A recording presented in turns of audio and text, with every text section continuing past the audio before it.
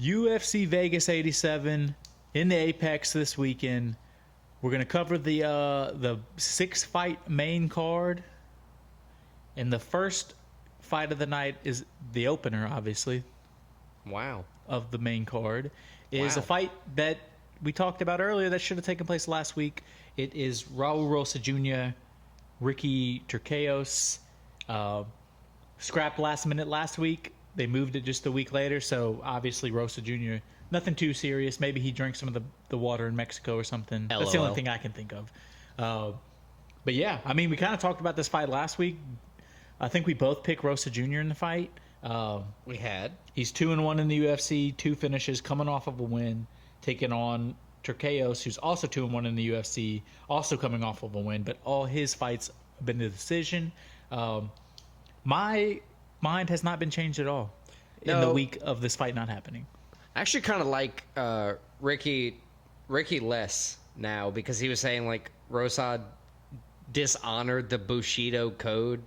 It's like, bro, you're from America. Chill. You haven't fought in like a year at least. He hadn't fought since November of 22. Right, so like... I can see why you're frustrated if you finally got a fight for like a year and a half and then like the dude... Right when you're about to walk out. Yeah. But at least you're fighting the next week. They are doing it at catch weight. So they don't have to like fully cut weight again. Yeah. I guess like a partial, like just don't pig out maybe. Don't gain a bunch of weight and you're fine. I like you, I haven't really changed my mind. At 19 years old, Raul Rosa Jr. is 2-1 in the UFC. Like we said before, he's lost his by decision to Christian Rodriguez.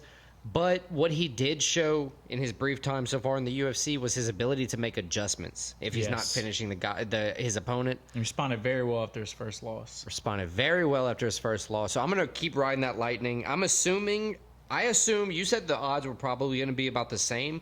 I think they're going to be a little bit more in favor of Ricky. Yeah, I would think so when they too. come out. Probably, I think it was like a minus 220 or something beforehand. I think it's probably going to be like a minus 170 favorite for Raul Rosa when they post the lines. But I still think Raul Rosa is going to win, and I think he's going to show Ricky why he probably needs to stop or maybe start fighting a little bit more actively. Yeah, so we're both still rolling with Rosa. Let's move on. Next fight, Matt Danger Schnell, the 34-year-old American taking on Steve Erceg. Is that how you say his name? I think it's Erceg. Erceg, Astro Boy, the Aussie. Schnell, 16 wins, 7 losses, 1 no contest. 6 wins, 5 losses, 1 no contest in the UFC. So he's batting about 500. Yep. And he's taking on Erceg, who's 2-0 in the UFC. Both of his wins are unanimous decisions. Yeah, Schnell lately been on a bit of a skid. He's lost won 2 out of 3. Yeah, he won 1 in his last 4. And his last fight was a knockout that he got knocked out, and that was all the way December of 22. Yeah, not great. But he is a well-rounded fighter with dangerous ground game. Erceg, though, he hasn't lost a fight since 2017, and that was in his regional circuit, meaning he's undefeated in the UFC. But he's also comfortable on the ground. He has a lot of submission wins. So, this is one of those where both fighters are in the top 15. One interesting thing I saw, all Schnell's UFC losses have been by finish, most of them TKOs. Erceg does not have a UFC finish yet and only has 1 KO in his career. So it's kind of interesting to see how this fight's going to go. Yeah, it's like a similar style fight, but somehow still a clash of styles at the same time. I think Erceg's going to win. I think they're going to swap rankings. But I am kind of like you. I'm interested to see how this fight's going to play out, like exactly what's going to happen. Yeah, I think I'm rolling with Erceg too. Not sure if he gets the finish, but I'm going to roll with Erceg to stay undefeated in the UFC. All right, next, bantamweight division. That's 135 pounds, in case my sister's listening. Umar Nurmagomedov versus Bekzat Almakhan. Almakhan making his UFC debut and he's facing a killer. 16-0 Nurmagomedov has 2 KO victories, 7 subs, 7 decisions. He's a minus 1,200 favorite for the money line. Yeah, by far the biggest favorite on the card. Almakhan is 14-1 in his career. He has 12 KOs, 1 sub, 1 decision, 1 sub loss. All on his regional circuits. Nurmagomedov, 4-0 in the UFC. 3 of those wins by finish with 2 subs, 1 TKO. So he's taking on a guy whose only loss is by sub. So I think that's obviously going to be Nurmagomedov's game plan, is to go ground heavy in this fight. Because, how do you say, the guy from Kazakhstan? Almakhan. Thank you. He, out of his 14 wins, 12 of them are by knockout. So he's a guy that likes to stand and bang. Yeah, this is that traditional clash of styles. It's a rough way to get introduced to the UFC to the fighter Nurmagomedov. Dude, I like the like Superman versus Lex Luthor kind of thing here.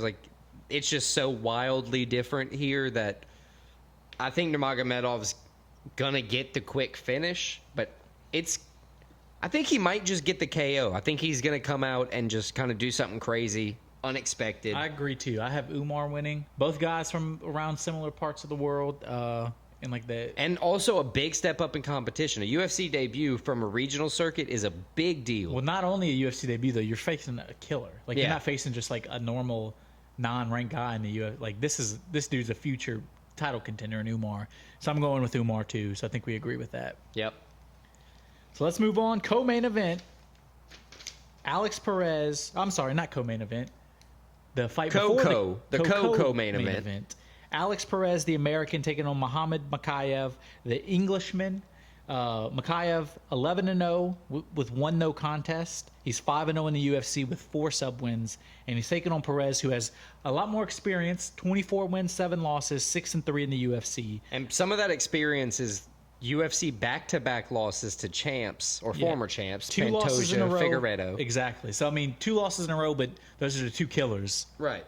Not really to take away from him, but you kind of have to point it out. You kind of have to point it out. He's not just losing the bums out here. Yeah. So, I think it's a big step up in competition for Mokaev. Maybe not necessarily in terms of a huge step up, but he's facing a guy that's faced the best.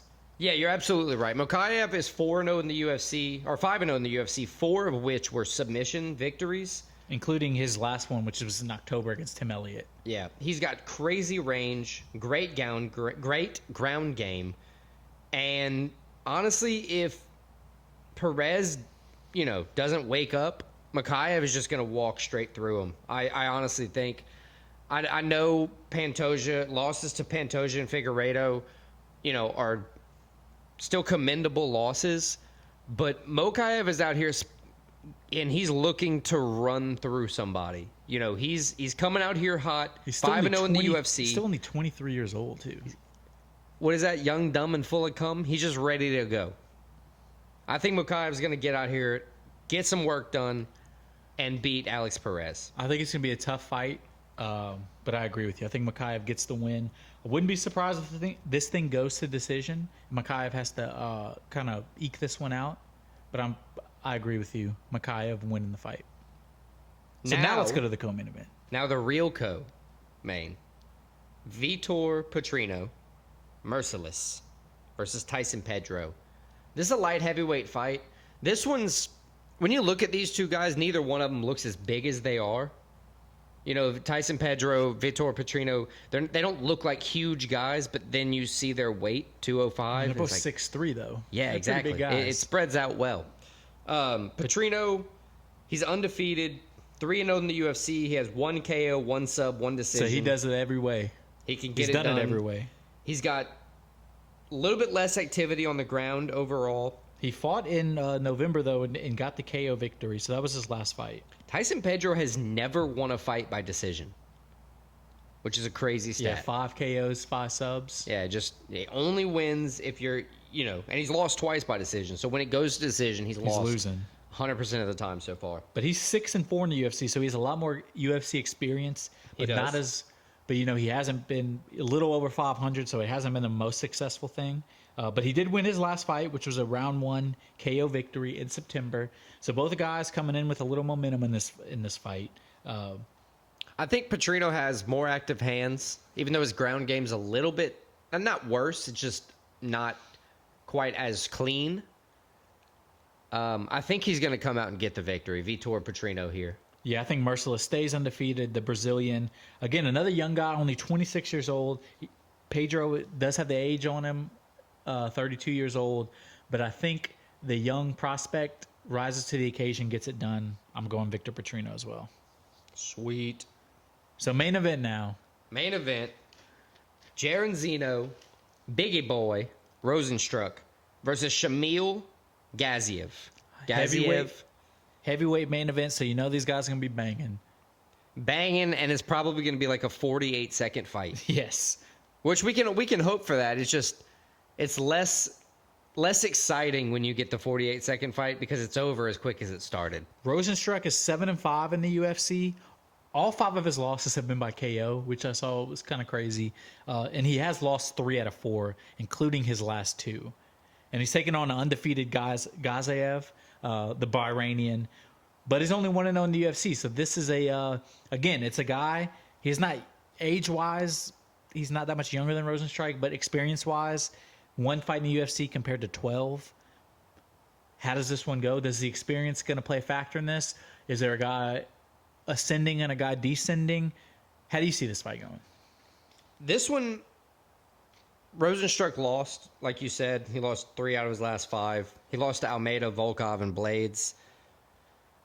Nothing to shake your head out there. You know, those are, big power guys. Go all, crazy in their craft.